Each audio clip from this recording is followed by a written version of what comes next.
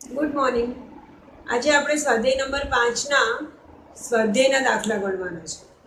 તો પહેલા દાખલામાં તમને કદ 500 ડીએમ ક્યુબ અને દબાણ 1 બાર આપ્યું છે. ફરીથી બીજી પરિસ્થિતિમાં કદ 200 ડીએમ ક્યુબ આપ્યું છે અને દબાણ શોધવાનું છે અને તાપમાન 30 ડિગ્રી સેલ્સિયસ અચળ કીધું છે. તો જ્યારે તાપમાન અચળ આપ્યું હોય એટલે બોયલનો નિયમ લાગુ પડે. બોયલનો નિયમનું સૂત્ર છે P1 V1 P2 V2. અહીંયા તમારે P2 શોધવાના છે એટલે P2 ને સૂત્ર કરતા કરો અને આપેલી કિંમત મૂકી દો એટલે તમને 12માં જવાબ મળશે. એક વસ્તુ ખાલી ધ્યાન રાખો છો કે અહીંયા કદ ડીએમ ક્યુબમાં છે તો અહીંયા પણ ડીએમ ક્યુબમાં હોવું જોઈએ. અહીંયા દબાણ 12માં છે તો જવાબ તમારો 12માં આવશે. એવો સેમ બીજો દાખલો છે.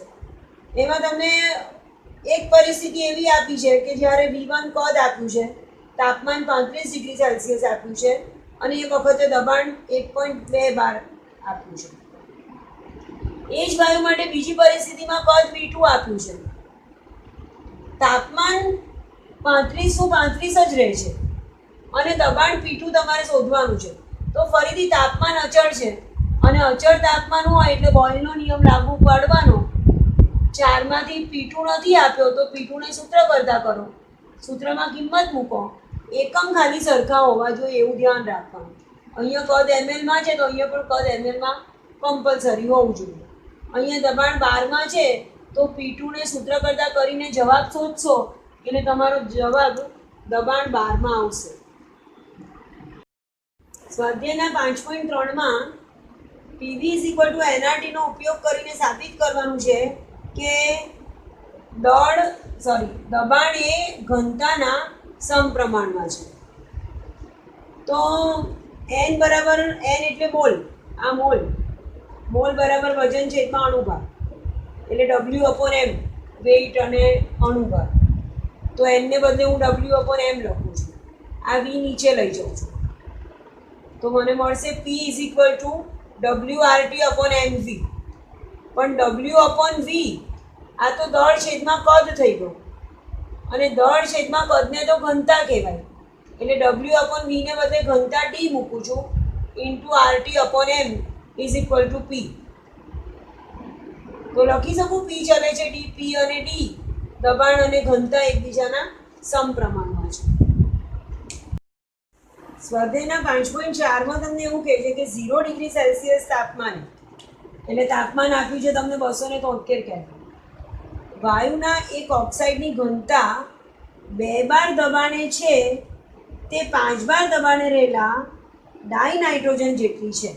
એટલે કોઈક વાયુના ઓક્સાઇડની ઘનતા, એટલે હું એને DO સંજ્ઞા વડે બતાવું છું, ઓક્સાઇડનો અને ઘનતાનો D એ કોના જેટલી છે તો 5 બાર દબાણે નાઇટ્રોજન વાયુની જેટલી ઘનતા છે એટલી 2 બાર દબાણે આ ઓક્સાઇડની ઘનતા છે.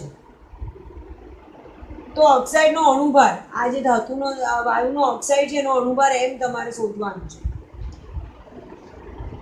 તાપમાન અહીંયા 273 છે, અહીંયા પણ તાપમાન 273 જ છે.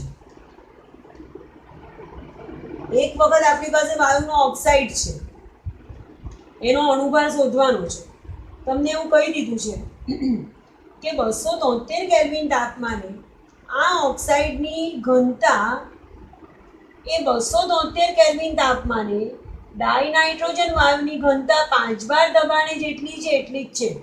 એટલે હું પહેલાં શું કરું છું કે તાપમાન 273 કેલ્વિન, દબાણ 5 બાર, ડાયનાઇટ્રોજનનો અણુભાર તો મને 28 ગ્રામ પર મોલ ખબર જ છે અને એની ઘનતા D શોધી નાખું છું.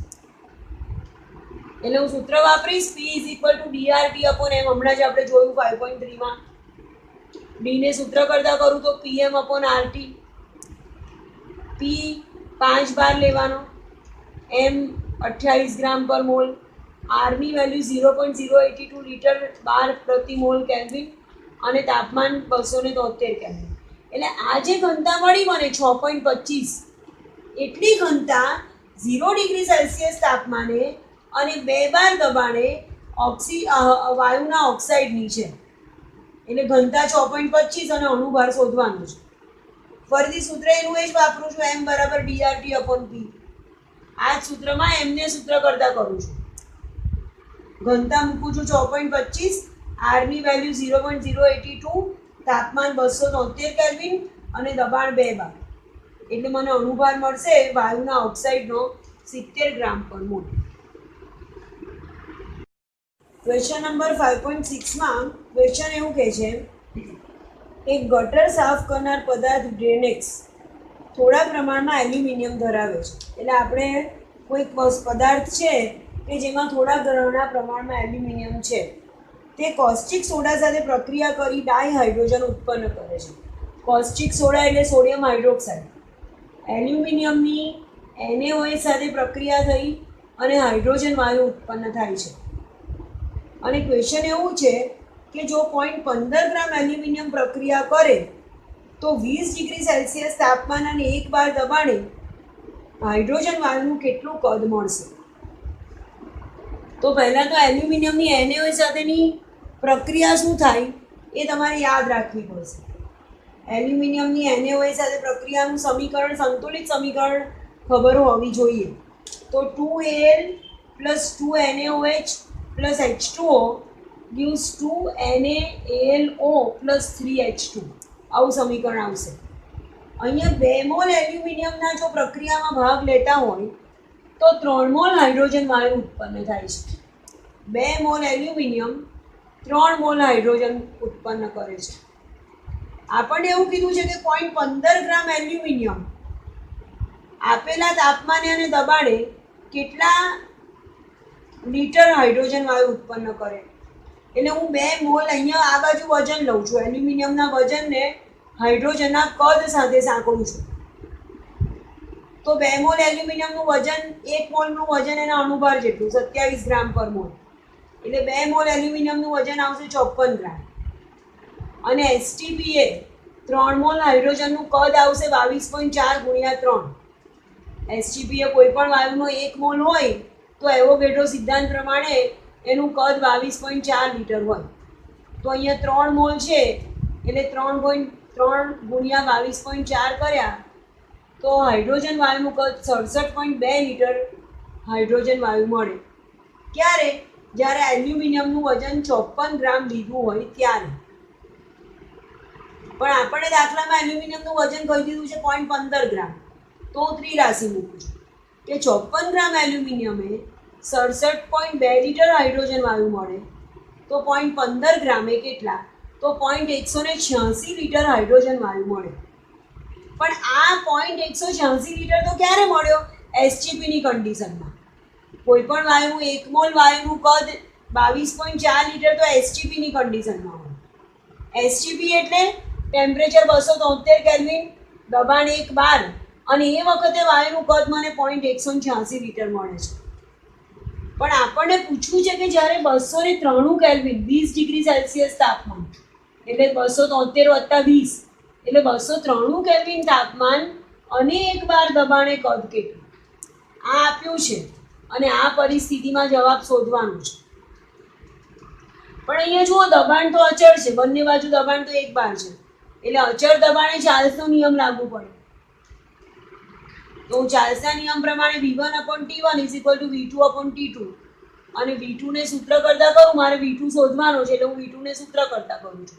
તો V1 0.186 litre /T1 273 kelvin * T2 293 kelvin એટલે 0.2 લિટર એટલે કે 200 ml કદ આપણને જો 0.15 ગ્રામ એલ્યુમિનિયમની કોસ્ટિક સોડા સાથે 20 ડિગ્રી સેલ્સિયસ તાપમાને અને 1 બાર દબાણે પ્રક્રિયા થતી હોય તો 200 ml હાઇડ્રોજન વાયુ ઉત્પન્ન થાય. 5.7 માં 9 dm³ ફ્લાસ્કમાં, એટલે ફ્લાસ્કનું કદ આપ્યું છે 9 dm³ decimetre cube. 1 decimetre cube એટલે 1 લિટર, 9 ડેસીમીટર ક્યુબ એટલે 9 લિટર કદ છે. 27 ડિગ્રી સેલ્સિયસ તાપમાન એટલે 27 + 273 એટલે 300 કેલ્વિન ટેમ્પરેચર આપ્યું છે. હવે એમાં 3.2 ગ્રામ મિથેન અને 4.4 ગ્રામ કાર્બન ડાયોક્સાઇડ ભર્યો છે. મિથેનનું વજન આપ્યું છે 3.2 ગ્રામ, CO2નું વજન આપ્યું છે 4.4 ગ્રામ. તો મિશ્રણ વડે કેટલું દબાણ ઉત્પન્ન થશે? પી ટોટલ આપણે શોધવાનું છે. તો ડાલ્ટનના આંશિક દબાણના નિયમમાં આપણે પી ટોટલ શોધવાનું સૂત્ર શીખી ગયા. N1 + N2 × RT/V. R આપણે લખીશું 0.082 અથવા તો 0.08314. આદર્શ વાયુ હોય જો તો R ની વેલ્યુ 0.08314 લેવાય, અને જો બિન આદર્શ દ્રાવણ હોય તો R ની વેલ્યુ 0.082 લેવાય. અહીં ધારો કે આપણે R ની વેલ્યુ 0.082 લઈએ છીએ. તાપમાન 300 કેલ્વિન, કદ 9 લીટર. N1 અને N2 શોધવા પડે. N1 એટલે CH4 નો મોલ અને N2 એટલે CO2 ના મોલ. તો મિથેનનો અણુભાર 16 ગ્રામ પર મોલ છે, એટલે મિથેનના મોલ બરાબર વજન છેદમાં અણુભાર કરીશું તો 0.2 મોલ મિથેનના મળશે. અને CO2 નો અણુભાર 44 ગ્રામ પર મોલ છે, એટલે CO2 નું વજન 4.4 છેદમાં અણુભાર 44 કરીશું તો 0.1 મોલ CO2 ના મળશે. એટલે N1.2 N2.1, R ની વેલ્યુ 0.082, તાપમાન 300 અને કદ 9 લઈ અને દબાણ શોધીશું તો 0.82 બાર દબાણ આવશે. અને એને 10⁵ વડે ગુણીએ બારને તો પાસ્કલમાં કિંમત મળે, એટલે 8.2 × 10⁴ પાસ્કલ જવાબ મળશે. 8મા દાખલામાં એવું કહે છે 0.5 લીટર હાઇડ્રોજન, હાઇડ્રોજનનું કદ 0.5 લીટર, 0.8 બાર દબાણ. જ્યારે એનું કદ 0.5 લીટર છે ત્યારે એનું કદ pH2 0.8 બાર છે. 0.5 લીટર હાઇડ્રોજન 0.8 બાર દબાણે અને 2 લીટર ઓક્સિજન 0.7 બાર દબાણે. એટલે ઓક્સિજનનું કદ જ્યારે 2 લીટર છે ત્યારે ઓક્સિજનનું દબાણ 0.7 બાર છે. 1 લીટર કદ ધરાવતા પાત્રમાં 27°C તાપમાને, પાત્રનું કદ 1 લીટર છે, 27°C તાપમાન છે, દાખલ કરવામાં આવ્યો તો વાયુ મિશ્રણનું કુલ દબાણ કેટલું? એક્ઝેક્ટલી થાય છે શું? ક્વેશ્ચનમાં કહેવા શું માંગે છે કે એક પાત્રમાં હાઇડ્રોજન વાયુ ભર્યો છે કે જ્યારે એ પાત્રનું કદ 0.5 લીટર હોય તો એ વખતે હાઇડ્રોજન વાયુનું દબાણ 0.8 બાર છે. બીજા એક પાત્રમાં ધારો કે ઓક્સિજન વાયુ ભર્યો છે કે જ્યાં પાત્રનું કદ 2 લીટર અને ઓક્સિજન વાયુનું દબાણ 0.7 બાર છે. હવે આ બંને વાયુને 1 લીટરના એક પાત્રમાં ભરી દેવામાં આવ્યા છે. તો વાયુ મિશ્રણનું કુલ દબાણ એટલે પી ટોટલ તમારે શોધવાનું છે. તો પી ટોટલ શોધવા માટે ડાલ્ટનના આંશિક દબાણના નિયમ પ્રમાણે pH2 અને PO2 નો સરવાળો કરીએ તો પી ટોટલ મળે. 1 લીટરના પાત્રમાં હાઇડ્રોજનનું આંશિક દબાણ pH2 અને ઓક્સિજનનું આંશિક દબાણ PO2 શોધું અને એ બેનું સરવાળો કરું એટલે મને પી ટોટલ મળે. અને આખી બધી જ પરિસ્થિતિ દરમિયાન તાપમાન 300 કેલ્વિન આપણે અચળ લઈ લઈએ છીએ. હવે તાપમાન અચળ છે એટલે બોયલના નિયમ પ્રમાણે P1 V1 = P2 V2 સૂત્ર લાગુ પડે. તાપમાન અચળ છે એટલે P1 V1 = P2 V2 = P3 V3. દબાણ અને કદનો ગુણાકાર અચળ જ રહેશે. તો pH2 શોધવા માટે શું કરું છું કે જ્યારે V1 0.5 લીટર છે, કદ જ્યારે 0.5 લીટર છે ત્યારે દબાણ 0.8 બાર છે હાઇડ્રોજન વાયુ. તો એ જ હાઇડ્રોજન વાયુનું કદ જ્યારે 1 લીટર થઈ જાય છે તો હાઇડ્રોજનનું દબાણ કેટલું? એટલે pH2 VH2 = PV. આ સૂત્રમાં કિંમત મૂકું છું અને દબાણ P ને સૂત્ર કરતા કરું છું તો P = pH2 VH2/V, તો 0.4 બાર દબાણ આવશે. એટલે આ વાયુને જ્યારે 1 લીટરના પાત્રમાં ભરીએ તો હાઇડ્રોજનનું આંશિક દબાણ મળ્યું મને 0.4 બાર. એવી જ રીતે ફરીથી આપણે ઓક્સિજનનું આંશિક દબાણ શોધવું છે. આ કુલ દબાણમાં 1 લીટરના પાત્રમાં તો ફરીથી PO2 VO2 = PV. તાપમાન અચળ છે એટલે બોયલના નિયમને પ્રમાણે ગણતરી કરીએ તો PO2 એટલે આ 0.7 બાર, VO2 એટલે 2 લીટર. P ને આપણે સૂત્ર કરતા કરવાનું છે અને V એટલે 1 લીટર. આ શરૂઆતની પરિસ્થિતિ છે. 2 લીટરના પાત્રમાં 0.7 બાર દબાણ છે, તો 1 લીટરના પાત્રમાં કેટલું દબાણ? તો કિંમત મૂકું છું તો 1.4 બાર દબાણ મળે. એટલે PO2 મને મળ્યો 1.4 બાર. અને P ટોટલ શોધવો છે મારે, તો આ બંનેના દબાણનો આંશિક દબાણનો સરવાળો કરીશ તો 0.4 પ્લસ 1.4 એટલે 1.8 બાર મને P ટોટલ મળશે. આ જવાબ. સ્વાધ્યાયના 5મા દાખલામાં એવું કહે છે કે એક આદર્શ વાયુ એના 1 ગ્રામનું દબાણ, આ વાયુ એ છે એનું વજન 1 ગ્રામ છે, એનું દબાણ 27 ડિગ્રી સેલ્સિયસ તાપમાને 2 બાર છે. 27 ડિગ્રી સેલ્સિયસ એટલે 300 કેલ્વિન તાપમાને એનું દબાણ 2 બાર છે. બીજો આદર્શ વાયુ બી છે, 2 ગ્રામ તે જ તાપમાને તે જ ફ્લાસ્કમાં દાખલ કરવામાં આવે છે. વજન 2 ગ્રામ છે, તાપમાન અને કદ અચળ છે કારણ કે તે જ તાપમાને તે જ ફ્લાસ્કમાં, એટલે આ બંને માટે તાપમાન અને કદ સરખું જ છે. અને એ વખતે વાયુ બીનું દબાણ 3 બાર થાય છે. તો તેમના અણુભાર વચ્ચેનો સંબંધ શોધવાનો છે. વજન આપ્યું છે, દબાણ આપ્યું છે, તાપમાન કીધું છે, અણુભાર વચ્ચે, અણુભારને સૂત્ર કરતા કરવું તો મારી પાસે આદર્શ વાયુ સમીકરણ છે PV NRT ને બદલે હું લખું છું W/MRT. મારી પાસે આદર્શ વાયુ સમીકરણ છે PV NRT, પણ મોલ બરાબર વજન છેદમાં અણુભાર, એટલે એને બદલે હું લખું W/MRT. તો વાયુ એ માટે દબાણ PA, કદ બંનેના સરખા જ એટલે વી જ રહેવાનું છે. વાયુ એનું વજન WA, વાયુ એનો અણુભાર MA, આર તો સાર્વત્રિક વાયુ અચળાંક જે સરખો જ હોય, અને તાપમાન અચળ છે એટલે T નો T જ રહેવાનો છે. તો વાયુ એ માટે હું એક સૂત્ર આવું બનાવી શકું, આવું મને આદર્શ વાયુ સમીકરણ વાયુ એ માટે. અને સેમ આ આદર્શ વાયુ સમીકરણ લખું વાયુ બી માટે તો લખી શકું PV W/MRT માં P ને બદલે PB, V અચળ છે, વજનને બદલે B નું વજન એટલે WB, R અને T અચળ છે અને B નો અણુભાર MB. હવે MA ને સૂત્ર કરતા કરું છું તો મને સૂત્ર મળશે MA બરાબર WA/RT/PAV.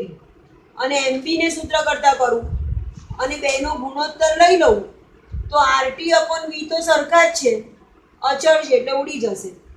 તો મને મળ્યું MA/MB WA/PA PB/WB. કિંમત મૂકી દઉં છું.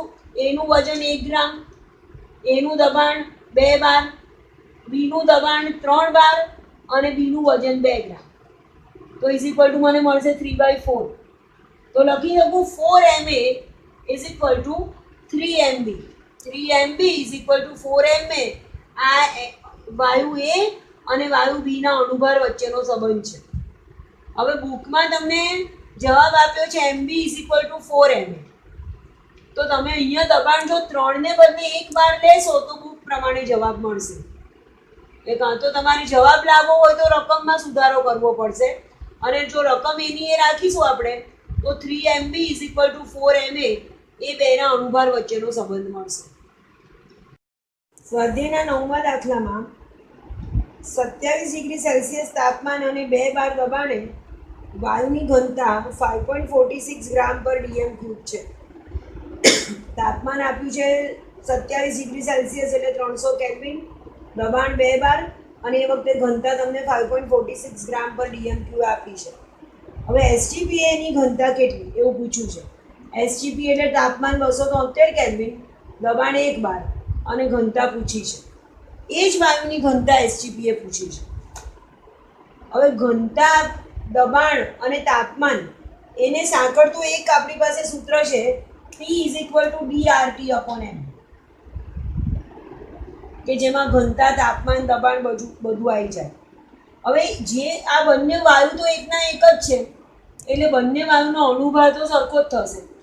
એટલે હું M ને સૂત્ર કરતા કરું છું M DRT/P. આ પરિસ્થિતિમાં પણ સૂત્ર લાગુ પડે m d1r t1/p1 અને આ પરિસ્થિતિમાં પણ એ સૂત્ર લાગુ પડે m d2r t2/p2 m dRt/p આ પરિસ્થિતિમાં d1 t1 અને p1 લઉં છું અને આ સ્થિતિમાં d2 p2 અને t2 લઉં છું. r તો સાર્વત્રિક વાયુ અચળાંક છે તો આ બે સરખા થઈ જશે. d1r t1/p1 d2r t2/p2 r ઉડી જશે. કિંમત મૂકી દઉં છું d1 ની t1 ની અને p1 ની. d2 મારે શોધવાનો છે. t2 ની અને p2 ની કિંમત મૂકી દઉં છું અને d2 ને સૂત્ર કરતા કરીશ તો 3 ગ્રામ પર dm³ એ તમને જે પૂછ્યું છે ઘનતા STP ની પરિસ્થિતિમાં મળશે. 10મા દાખલામાં 546 ડિગ્રી સેલ્સિયસ તાપમાને એટલે કેલ્વિનમાં કન્વર્ટ કરું 273 ઉમેરીને તો 819 કેલ્વિન તાપમાને 1 બાર દબાણે 34.05 ml કદ આપ્યું છે 34.05 ml. ફોસ્ફરસ બાષ્પનું વજન 0.0625 ગ્રામ. વજન આપ્યું છે 0.0625 ગ્રામ. તો એનું મોલર દળ એટલે એનો અણુભાર એમ પૂછ્યો છે.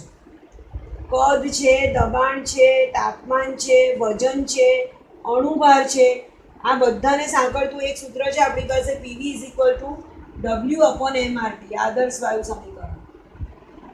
મોલ ને બદલે W/m લખ્યા અને અણુભાર શોધવાનો છે. અણુભારને સૂત્ર કરતા કરું છું. વજન મૂકી દીધું 0.0625 ગ્રામ. આરની વેલ્યુ મૂકું છું 0.08314. તાપમાન કેલ્વિનમાં 819. દબાણ 12માં 1 બાર. અને તમે આર જ્યારે 0.08314 લો છો યાદ રાખો છો આરની વેલ્યુ જ્યારે 0.08314 લો છો આદર્શ વાયુ માટે તો દબાણ તમારે કમ્પલસરી બારમાં જ લેવું પડે, કદ લીટરમાં જ લેવું પડે અને તાપમાન કેલ્વિનમાં જ લેવું પડે. વજન આપ્યું હોય તો ગ્રામમાં લેવાનું. આટલા એકમ જ તમે આવી રીતે એકમ લો તો જ આરની વેલ્યુ 0.08314 મૂકી શકો. એટલે અહીંયા જે કદ આપ્યું છે 34.05 ml એને મેં લીટરમાં ફેરવી દીધું છે અને 1000 વડે ભાગી નાખવાનું અને એટલે લગભગ તમને એપ્રોક્સિમેટ 125 ગ્રામ પર મોલ એટલો અણુભાર મળે જે ફોસ્ફરસનો અણુભાર છે. 11મા દાખલામાં એવું કહે છે કે એક વિદ્યાર્થી ગોળ તળિયાવાળા ચંબુમાં 27 ડિગ્રી સેલ્સિયસ તાપમાને પ્રક્રિયા મિશ્રણ ઉમેરવાનું ભૂલી ગયો. એટલે આવો એક ફ્લાસ્ક છે એમાં પ્રક્રિયા મિશ્રણ નથી ઉમેરેલું અને તેને ફ્લાસ્કને જ્યોત પર મૂક્યો. એટલે અહીંયા ફ્લાસ્કને જ્યોત પર મૂકી દીધો છે અને એ વખતે શરૂઆતનું તાપમાન 27 ડિગ્રી સેલ્સિયસ એટલે 300 કેલ્વિન છે. થોડા સમય ગયા પછી તેને તેની ભૂલનું જ્ઞાન લાદ્યું અને પાયરોમીટરની મદદથી ફ્લાસ્કનું તાપમાન માપ્યું તો 477 ડિગ્રી સેલ્સિયસ જણાવ્યું. એટલે ફ્લાસ્ક એકદમ ગરમ થઈ ગયો અને થોડા વખત પછી તાપમાન માપ્યું T2 તો 477 ડિગ્રી સેલ્સિયસ એટલે 750 કેલ્વિન એટલું ટેમ્પરેચર થઈ ગયું. તો હવાનો કેટલો ભાગ તેમાંથી બહાર નીકળી ગયો હશે એવું પૂછ્યું છે. હવે પાત્ર ફ્લાસ્ક છે એટલે પાત્ર ખુલ્લું રહેવાનું એટલે દબાણ અચળ રહેવાનું વાતાવરણનું દબાણ. તો વાતાવરણનું દબાણ અચળ દબાણ છે એટલે ચાર્લ્સના નિયમ પ્રમાણે V1/T1 V2/T2. V1 અહીંયા હું T1 અને T2 ની જ મારી પાસે વેલ્યુ છે ખાલી તો T2/T1 V2/V1 મૂકું છું. T2 ની કિંમત મૂકું છું, T1 ની મૂકું છું તો V2/V1 મને 2.5 મળશે. એટલે હું લખી શકું V2 2.5 V1. V1 એ શું છે? શરૂઆતનું કદ છે. જ્યારે પાત્રને ફ્લાસ્કને બર્નર પર મૂક્યો તો ત્યારનું કદ V1 છે, શરૂઆતનું કદ.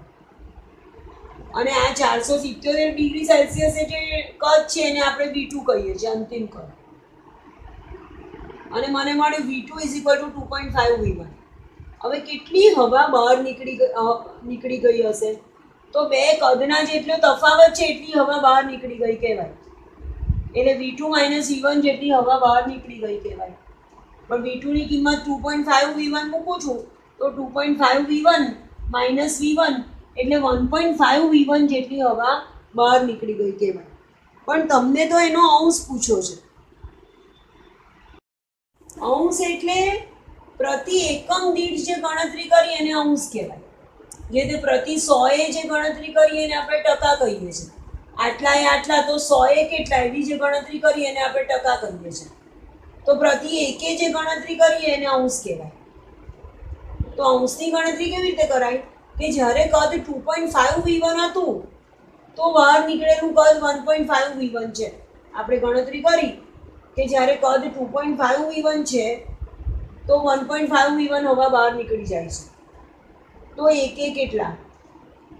એટલે બહાર નીકળી ગયેલી હવાનો અંશ 0.6 એવો જવાબ આવશે. નેક્સ્ટ લેક્ચરમાં આપણે સ્વાધ્યાયના બાકીના દાખલા પૂરા કરીશું. Thank you.